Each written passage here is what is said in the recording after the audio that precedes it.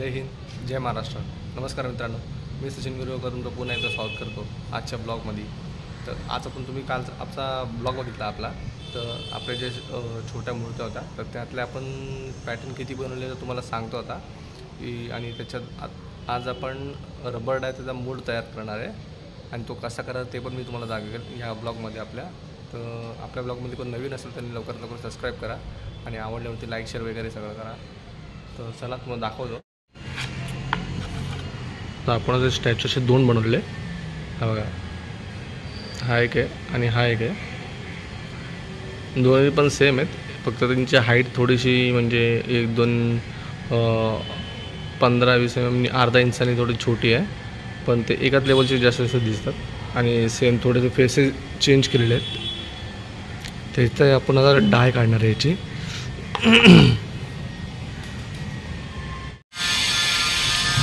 आता आपण याला पूर्ण पडदे लावून घेतलेली. तर तुम्ही आता हात बघा, हे पायाच्या मध्ये इथे पूर्ण हाताचे हा हात आहे आणि याच्या बाजूने पूर्ण पडदे लावून घेतलेले आपण. फक्त डोक्याच्या साईजने आपल्याला प्लास्टर POP टाकला. जर डाय झाली तर त्यानंतर सॉरी जरा संगीत जरा आवाज होतो बाजूच्या बिल्डिंगचा मशीनचा. इथे डोक्याच्या बाजू आपण खुली ठेवलेली कारण हे कुठचेच पार्ट आपण तोडलेले नाही. तर हिकडची बाजू जेणेकरून POP टाकायला आपल्याला पूर्ण जागा ठेवलेली इकडे. तर त्याच्यामुळे हा पेसेज ओपन असणार आपला. आणि रबर डाय जे असणार तर रबर लिक्विड पूर्ण इथे लागणार आणि पाठच्या साईडला लागणार, जेणेकरून जेव्हा आपण POP टाकू तर त्यानंतर कडक झाल्यावरती 2 साईडनी डाय निघणार आणि मधून फक्त रबरचा राहील. तो रबर आपण खोलू शकतो. तर ही पडदी आपण नंतर मग काढून टाकायची. त्यानंतर आता आपण तयार करतो परत रबराचं.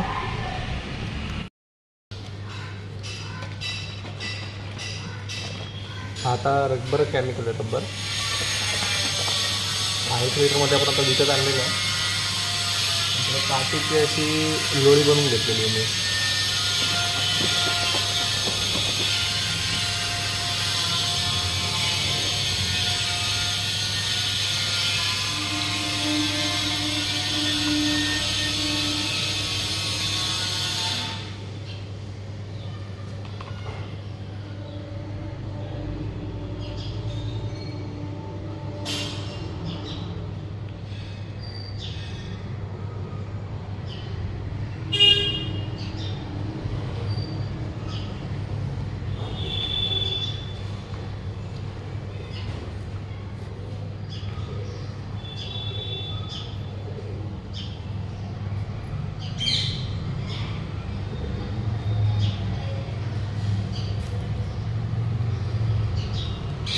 गणपती बाप्पा मोरया. तर हे आपलं मेन काम आहे.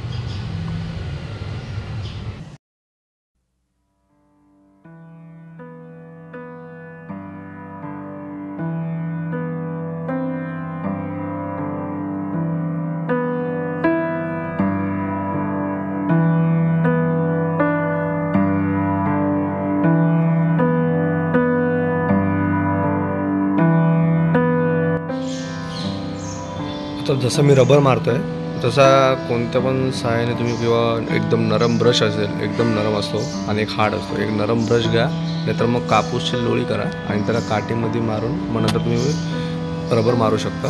आणि रबर कुठे कोणत्या तर मूर्तीचे बॉर्डर जे दिसते आता समोरून तुम्हाला, तर कोणत्या पण बॉर्डरच्या गॅप नाही राहायला पाहिजे, जेणेकरून आरपार नाही जावा. कारण समोरून मग दोन्ही साईडने व्यवस्थित मारून घ्या एक कोट.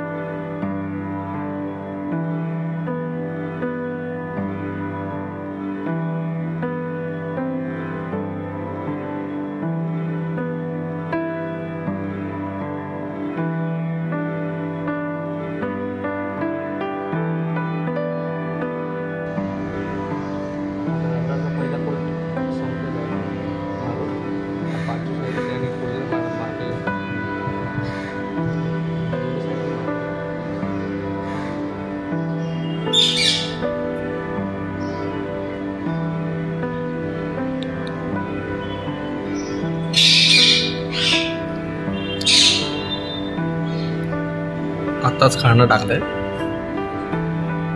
किती पोपट आलेत बघा. अर्ध्या पायपावरती अर्ध्या ह्याच्यात आहेत.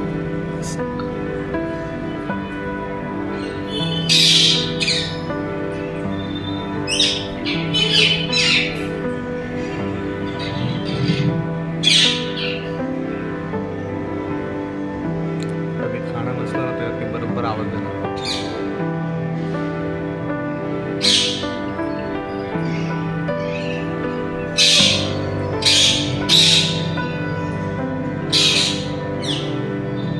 आज आपण दादरला आलो आहे. दादरला सैतान चौकी पोलीस चौकी आहे, तिकडेच चाललो आहे. साईट एक बघायची आहे.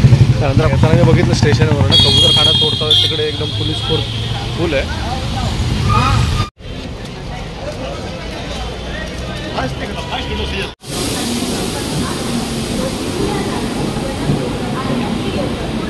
पण दादरवरून जस्ट आपण आला होता घरी आणि आता जरा काम चालू केलं आहे ते रबर मोल्डचं. थोडेसे कुठे थोडकेसे एकदम रबर जरा फुगलेलं आहे मध्ये मध्ये, तर प्रॉब्लेम होऊ शकतो. पण तुम्हाला दाखवतो आता.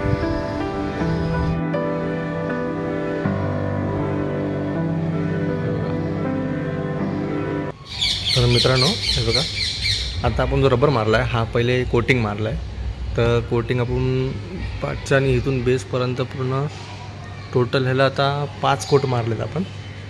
5 कोट मारून त्याच्यावरती आता आपण कॅनव्हासमधून मारायचं आहे. कॅनव्हास कसं तर कॅनव्हासला भिजवून थोडासा, मग त्याच्यानंतर कॅनव्हासमध्ये मिक्स करून किंवा कॅनव्हास वरती ठेवून असं मारतात. जास्त कॅनव्हास आता थोडं भिजवतात, छोटे छोटे तुकडे केलेले आहेत. आता याची कॅनव्हासवरती मारायचा. मग कॅनव्हासवरती कमी कमी 3 ते 4 कोट चढवायचे आणि मग याला फायनल करून टाकायचा.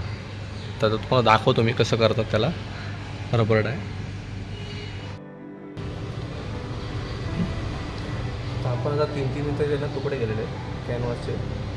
आपण जे छाय गाळतो त्याच्याने तर कसे तुकडे आहेत पातळ कॉटनचे, दुसरा कुठचाच घ्यायचा ना कॉटनचे, आणि त्याला आता भिजून आपण मारणार आहे.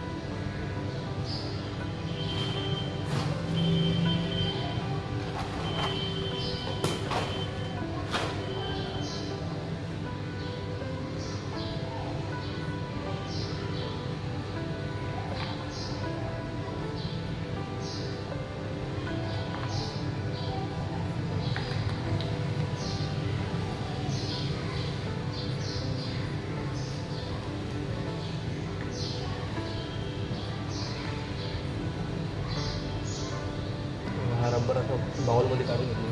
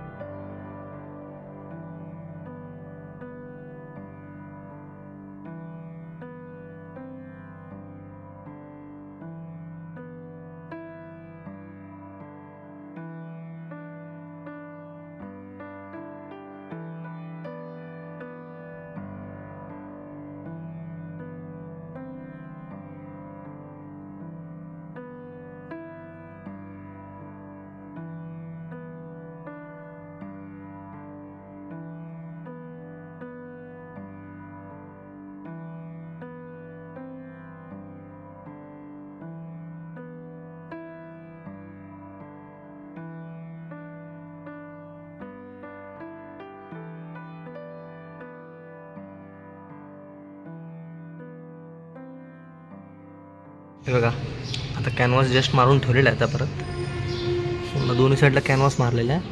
ह्याच्यामुळे काय होतं रबरची मजबूती राहते कॅनव्हासमुळे. आता हा सुकेल तर हा जो तुम्ही बघताय रेड टाईप इकडे हा थोडासा असा होईल म्हणजे तो सुकेल. मग प्रॉपर त्यावरती 2-3 हात अजून खेचायचे. मग त्याच्यावरती तो मोल्ड काढून टाकायचा आपण. बघा ह्याचं पण दुसऱ्याचं पण काम सुरू झालेलं आहे.